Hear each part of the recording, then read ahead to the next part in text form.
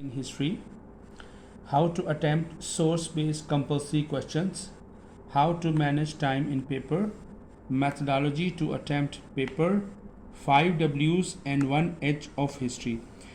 A lot of students are asking me that, sir, how to attempt history paper of O level. Today I am talking about what is history paper O level and how we get maximum marks in that paper. So in our today's presentation, I would like to discuss about 5 different techniques, 5 different questions which the most of the students are asking. A star कैसे हासिल किया जाए history में, और paper का जो most important question है source based information, उसको कैसे सॉल्व किया जाए. Today I am going to tell you time management within the paper and before the paper कैसे मैनेज की जाए, पेपर को अटैम्प्ट करने की क्या मैथडोलॉजी हो और पेपर को प्रिपरेशन करने की क्या मैथडोलॉजी होगी. Today we are talking about 5 W's and 1 H of the history. History है क्या, what is, when, where, who and why. These are the 5 W's which we are going to talk about, and 1 H then how to attempt the history paper. So today I am talking about these 5 questions. So let's start from the beginning one. Pattern. Total marks इस paper के 75 marks हैं. This is commonly known as P1. ये paper 1 है Pakistan studies का. P2 that is geography. I will make a video later on after that. Paper pattern P1 Pakistan studies जो कि history and culture of Pakistan के नाम से पेपर है. Total marks 75. टोटल क्वेश्चंस इसमें 5 दिए जाते हैं, उसमें से हमने टोटल 3 क्वेश्चंस अटैम्प्ट करने पड़ते हैं. We have to attempt only 3 questions and each questions carry 25 marks. That's why this is the total marks 75 marks of the paper. Marks of the each questions 25. Attempt question number 1 compulsory, which is source based, and that marks is also 25 marks. Attempt questions 2 from the rest of the remaining 4 questions, यानी कि 25 multiplied by 2 is equal to 50. Total time 1 hour and 30 minutes. It means you have 90 minutes to attempt a paper. तो हमें paper के अंदर एक questions को approximately 27 minutes देने पड़ेंगे. सो 3 क्वेश्चंस को 27 मिनट्स देंगे तो हम 81 मिनट्स के अंदर अपना पेपर अटैम्प्ट कर लेंगे. 5 to 10 मिनट्स हमें पेपर के एक्चुअल टाइम से पहले पेपर कंप्लीट कर लेना चाहिए. उसकी रीज़न यह है कि पेपर अटैम्प्ट करते वक्त हमें पेपर को मुकम्मल रीड करना ज़रूरी है, और रीड करके कंप्रीहेंड पेपर में आपको समझना पड़ेगा कि कौन से क्वेश्चंस आपको आते हैं, और उन क्वेश्चंस का जो सीक्वेंस उन्होंने बताया हुआ है उस सीक्वेंस से क्वेश्चंस को कैसे लेकर चलना है आपने. Okay, this is an example of the question number 1. इस क्वेश्चन नंबर में आपको एक पिक्चर दी जाएगी. उस पिक्चर के अंदर आपको multiple type of the information दी गई होती है. आपने उस सारी इंफॉर्मेशन को गौर से स्टडी करना होता है. इस इंफॉर्मेशन के मुताबिक आपसे 4 क्वेश्चंस पूछे जाते हैं. पहला क्वेश्चन मोस्टली 3 नंबर का, दूसरा क्वेश्चन 5 नंबर का, तीसरा 7 का, एंड द रेस्ट 10 नंबर का क्वेश्चन होता है. ये जो 2 क्वेश्चंस होते हैं ये डायरेक्ट पिक्चर से लिए जाते हैं, और जबकि ये जो 2 क्वेश्चन होते हैं ये इस पिक्चर से रिलेटेड हिस्ट्री से लिए जाते हैं. ठीक है, याद रखिएगा. तो आपने जब इस पिक्चर को डिस्क्राइब करना है तो आपने इस पिक्चर को गौर से स्टडी करना है. फॉर एग्जांपल सोर्स उसने बता दिया कि ये जो पिक्चर ली गई है ये राउंड टेबल कॉन्फ्रेंस से ली गई है. इसका मतलब हमें वो हिस्ट्री पता होनी चाहिए कि राउंड टेबल कॉन्फ्रेंसेस 3 हुई थी, first, second and the third. First, second and third round table conference के अंदर, और फिर उसके बाद आपने फर्दर इन्फॉर्मेशन ये नीचे भी लिखी हुई आपने स्टडी करनी है कि इसके अंदर कौन कौन से शख्सियात का जिक्र किया गया है, क्या टाइम पीरियड, और सेम इज़ द केस इसकी इन्फॉर्मेशन को भी आपने ऐसे ही स्टडी करना है, ये लाजमी स्टडी करना है. फिर आपने पिक्चर को देखना है. इस पिक्चर के अंदर आपको एक नज़र आएगा कि एक बम्पी रोड है जिसके ऊपर एक गाड़ी चल रही है. उस गाड़ी के आगे नंबर प्लेट लगी हुई है. नंबर प्लेट बेसिकली आप देखें कि ये इंडिकेट करती है ईयर को, और ये जो बम्पी रोड है, बम्पी रोड बेसिकली सिचुएशन को इंडिकेट करता है कि उस वक्त जो सब कॉन्टिनेंट की सिचुएशन थी वो बड़ी ही कॉम्प्लिकेटेड थी. कॉम्प्लिकेटेड इस तरह कि मुस्लिम और हिंदू दोनों जो है वो कम्युनल वायलेंस की तरफ जा रहे थे, दोनों एक प्लेटफॉर्म के ऊपर इकट्ठे नहीं हो रहे थे।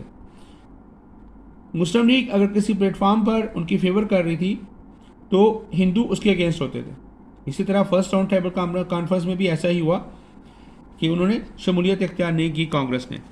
अच्छा, दूसरी तरफ इसके अंदर जो ड्राइविंग सीट पर बैठे हुए हैं ये उस वक्त के लॉर्ड है जो कि लेके जा रहे हैं इस राउंड टेबल कॉन्फ्रेंस। ये बेसिकली कॉन्फ्रेंस को इंडिकेट कर रहा है।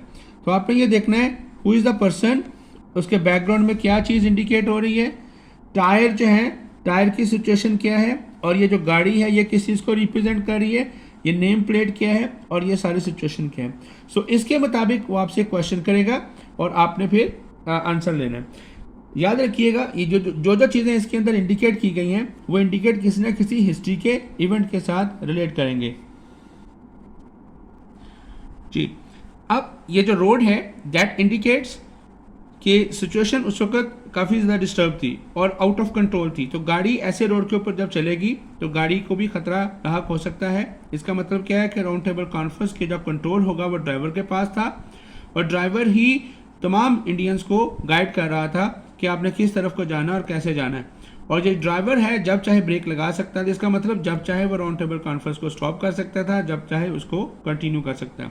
सो इस तरह का सोर्स बेस्ड इंफॉर्मेशन आपको 3 मार्क्स में आएगी जो कि डायरेक्ट पिक्चर से डिपिक्ट हो रही होती है। और दूसरी इन्फॉर्मेशन होती है कि हमें पिक्चर से क्या लर्न करना पड़ता है। जैसे ये देखिए क्वेश्चन में लिखा है what does source B tell us about the negotiation during the round table conferences between 1930 and 32।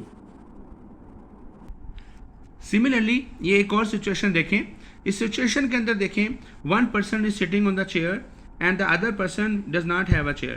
It means he is just flying. And there is a chess game. इसके अंदर 1, 2 and the chess और ये table and he does not have any sitting and he was sitting। और ये person जो है ये एक comparing कर रहा है या umpiring का रोल प्ले कर रहा है और he has some stopwatch in his hand। उसके हाथ के अंदर एक वॉच है जो कि टाइम कैलकुलेट कर रहा है। ये तमाम सिचुएशन को अगर पिक्चर्स को अगर आप देखें तो इन पिक्चर्स से हमें अंदाज़ा होता है कि ये जो सिचुएशंस है ये एक मैगजीन से ली गई है और ये गांधी जिना टॉक्स की तरफ रिप्रेजेंटेशन कर रहा है क्योंकि ये जो शख्स है इसकी जो प्रेजेंटेशन दिखाई जा रही है और नीचे जो सोर्स भी हमें बता रहा है इस सोर्स में 1940 में 2 ही डिस्कशंस हुई थी। Number 1 is the Jinnah who was thinking और उनका फेशियल एक्सप्रेशन भी ये बता रहा है कि he was serious about the situation of Muslims. और Gandhi who does not have an और ये he does not have any chair, it means he was in a flying position, just an idealistic position and he want to convince the Mohammad Ali Jinnah कि how to rule और उसने कैसे चलाना है। और इनका फेशियल एक्सप्रेशन और दोनों के फेशियल एक्सप्रेशन का कंपैरिजन भी आपने करना है। ये चेस गेम एक बहुत ही मेंटल एक्टिविटी एक्सरसाइज होती है जिसमें दोनों जो कंपैटेंट होते हैं एक दूसरे को शिकस्त देने की कोशिश कर रहे होते हैं। तो इस राउंड टेबल कॉन्फ्रेंस के अंदर ये चीज़ बताई गई होती है।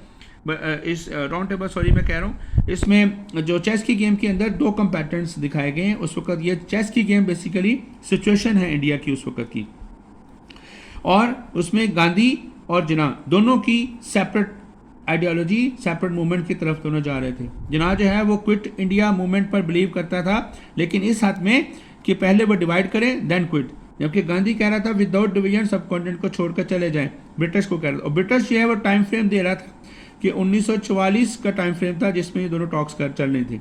और इसके फ़ौरन बाद जो है वो शिमला कॉन्फ्रेंस हो जाती है 1945 में और 1946 में फिर इलेक्शन और उसके बाद रिजल्ट डिक्लेयर हो जाता है। तो ब्रिटिश जो है वो मॉनिटर कर रहे हैं दोनों के टॉक्स को और ये दोनों जो है वो किसी सोल्यूशन पर नहीं पहुंच रहे और नतीजा फिर क्या होता है कि ये दोनों गांधी जिन्ना टॉक्स भी हैं वो फेल हो जाती हैं।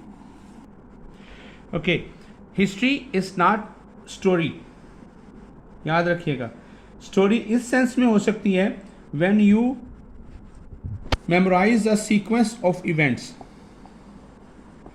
जब इवेंट्स का सीक्वेंस चलता हुआ जाएगा तब उस इवेंट्स में जो जो फैक्ट्स होंगे उसमें जो साल प्रेजेंट किया जाएगा, जिस साल वो इवेंट हुआ उस साल में कौन कौन लीडर था किस और उसका एक्शन क्या था उस इवेंट के अंदर और उसका इफेक्ट क्या था। अगर आप इस तरह इस क्वेश्चन को सीक्वेंस को लेकर चलेंगे तब आप क्वेश्चन को आसानी से अटेम्प्ट कर सकते हैं और history is not a story, I tell you again, history is a facts based information. याद रखिएगा, हम लोग ये समझते हैं कि हम जनरलाइज इन्फॉर्मेशन लिख देंगे। अगर हम जनरलाइज इन्फॉर्मेशन लिखेंगे तो examiner just give you only 6 to 7 marks, not more than 1। इससे ज़्यादा नंबर नहीं बन सकते। हमें ज़्यादा नंबर लेने के लिए हमें फैक्ट्स लिखने हैं, और फैक्ट्स के साथ साथ हमें इवेंट्स की डिटेल भी लिखनी होगी। अगर 4 मार्क्स का क्वेश्चन है तो बेसिकली ज़्यादातर वो व्हाट के बारे में पूछता है, यानी कि व्हाट एन इवेंट, एक इवेंट हुआ क्या था, जैसे who was Shah Waliullah, what was Faraizi movement and many other things. 4 marks का क्वेश्चन 4 to 5 फैक्ट्स उसमें लिखे जाते हैं, और वो मैक्सिमम उसको 4 मिनट आप दें। 7 मार्क्स के क्वेश्चन में 6 to 7 फैक्ट्स उसमें कोट करें और मैक्सिमम 7 मिनट उसको दें। 14 मार्क्स 10 फैक्ट्स प्लस आपने या 5 फैक्ट्स प्लस एक्सप्लेनेशन, या 10 फैक्ट्स साथ में डिटेल उनकी एनालिसिस लिखें अपना लाजमी, ओपिनियन दे वाई आप अगर किसी ओपिनियन को फेवर में अगर आप जा रहे हैं या किसी क्वेश्चन की स्टेटमेंट के अगेंस्ट जा रहे हैं तो आपने क्यों जा रहे हैं, फेवर में है तो वाई, अगेंस्ट है तो वाई, जस्टिफिकेशन दें अपने आंसर की, जो भी आप आंसर देना चाह रहे हैं। तो 14 मार्क्स के क्वेश्चन को आपने मैक्सिमम 15 मार्क्स देने हैं, 15 मिनट्स देने हैं। तो 15 और 7 11 ये दोनों मिलाएं तो इट बिकम 26 मिनट। तो अप्रॉक्सीमेटली वही मैंने बात की थी कि 26 to 27 minutes you have to given to attempt one question. Okay, when you complete your time stop writing. बाज़ दफ़ा ऐसा होता है कि हमारे पास इंफॉर्मेशन एक क्वेश्चन के ऊपर बहुत सारी होती है, तो हम उसको 30 मिनट या 35 मिनट तक उस क्वेश्चन को ले जाते हैं। जब हम ऐसा करते हैं तो बाकी 2 क्वेश्चंस के लिए हमारे पास टाइम कम बचता है, जिसका नतीजा फिर क्या निकलता है कि उनमें मार्क्स कम आते हैं, और इसमें मार्क्स चलो पूरे भी ले लें तब भी वो कम मार्क्स आपको ग्रेड गिरा देते हैं। तो कोशिश करें हर क्वेश्चन को इक्वल वेटेज दें, इक्वल टाइम वेटेज दें, इक्वल मटेरियल की वेटेज दें। अगर आपने 4 मार्क्स का क्वेश्चन लिखना है तो इसके लिए 4 to 5 लाइन्स सफिशेंट है, 5 to 6 लाइन चले कर लें। 7 मार्क्स का अगर आप लिखना है तो आपको एक पूरा अगर पेज दिया गया है, उस पेज का तकरीबन 70 to 75% पेज का हिस्सा आप कवर करें। एंड सेम इस 14 मार्क्स का, तो इसका मतलब आपके कम से कम 2 पेजेस जो आपका शीट जो दी गई है वो आपने लिखने हैं। ना उससे ज़्यादा लिखें और ना कोशिश करें उससे कम, नॉट लेस और नॉट मोर, ना ज़्यादा लिखें ना ज़्यादा कम। ज़्यादा लिखेंगे तो एग्जैगरेशन हो जाएगी, आपका टाइम मैनेजमेंट में मुश्किल आ जाएगा। कम लिखेंगे तो इन्फॉर्मेशन कम रह जाएगी और मार्क्स कम आने। हाँ, लेकिन फैक्ट्स आपने कोशिश करने लाजमी लिखने हैं। एक फैक्ट्स में मैंने आपको जैसे भी बताया, फैक्ट्स में साल का होना ज़रूरी है, और फिर सीक्वेंस याद रखिएगा। ऐसा नहीं है कि एक इवेंट्स अगर 1857 में हो रहा है तो आप उसका सीक्वेंस जो है वो 1947 के साथ मैच कर रहे हो, नहीं, ऐसा नहीं। इसके सीक्वेंस से मुराद ऐसे जैसे जैसे इवेंट चल रहा है वैसे वैसे आपने उसको सीक्वेंस पर लेकर चलना है। ईयर कौन सा था याद रखिएगा, तारीख याद रखने की ज़रूरत इतनी नहीं है कि जैसे 5 दिसंबर 6 दिसंबर, मंथ और डेट याद रखने की ज़रूरत नहीं है, ईयर याद रखें वही काफ़ी है। कौन था उस वक्त इवेंट के दौरान, और इवेंट में हुआ क्या था, और इवेंट के इफेक्ट्स क्या थे, और या इवेंट की काजेज़ क्या थी। तो ये 5 चीज़ें जब आप लिखेंगे तो आपकी इन्फॉर्मेशन करेक्ट हो जाएगी और आपको एग्जामिनर जो है वो मार्क्स दे सकता है। लास्ट में आपने 14 मार्क्स के क्वेश्चन में मैं दोबारा बताने लगा हूँ, आपने एनालिसिस लिखना है, ओपिनियन देनी है, और ओपिनियन आप दे रहे हैं तो क्यों दे रहे हैं, अपनी जस्टिफिकेशन देनी है, और कंक्लूजन लाजमी लिखना है, याद रखिएगा। और कंक्लूजन की किसी क्वेश्चन इनमें से किसी एक की हेडिंग्स बनाने की ज़रूरत नहीं है, आपने ये सारे का सारा आंसर जो है वो पैराग्राफ्स की शक्ल में देना है, in the shape of paragraphs. मतलब आप एक अपनी थाट मुकम्मल कर चुके हैं, ये एक अपना फैक्ट मुकम्मल कर चुके हैं, तो break the paragraph and then start the other paragraph, या आप कंटिन्यू पैराग्राफ भी लिख सकते हैं। एक और चीज़ जो बड़ी ज़रूरी है वो ज़रा आप ये देखें कि पेपर के अंदर जो शीट दी गई होती है, आंसर शीट जो दी गई होती है, उस आंसर शीट में ऐसे लाइनें लगी हुई होती हैं, look at this.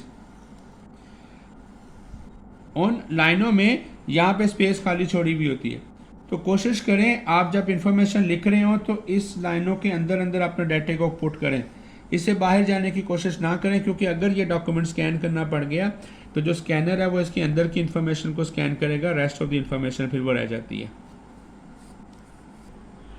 Okay, the last of my today's video is how to get A star.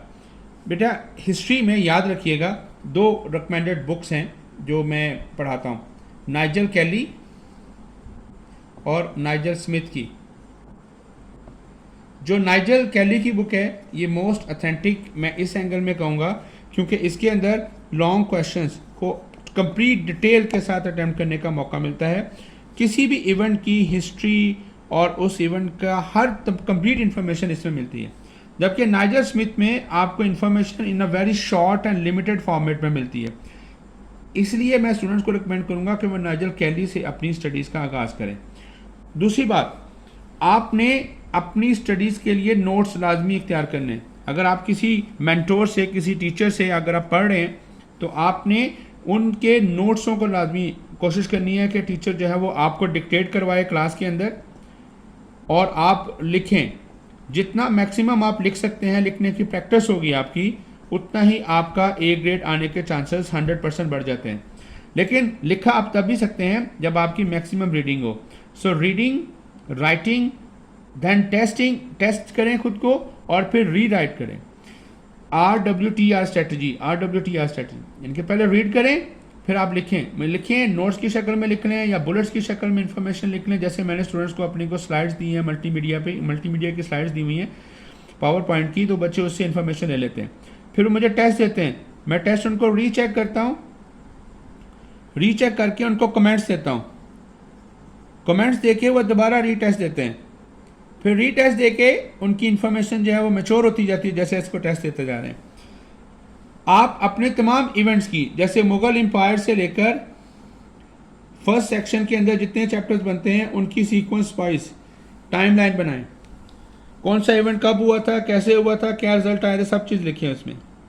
Prepare topical test या पास पेपर आप उठाएं, जो जो टॉपिक आप तैयार करते जाएं उसके मुताबिक जो जो क्वेश्चन उसमें से आएँ उनको अटैम्प्ट करने की कोशिश करें। याद रखिएगा, सॉल्व करें जुबानी। बच्चे जो हैं वो गलती ये करते हैं कि बुक्स हाथ में खोल लेते हैं और इसको सॉल्व करते रहते हैं और खुद ही चेक करते रहते हैं। ऐसा नहीं है।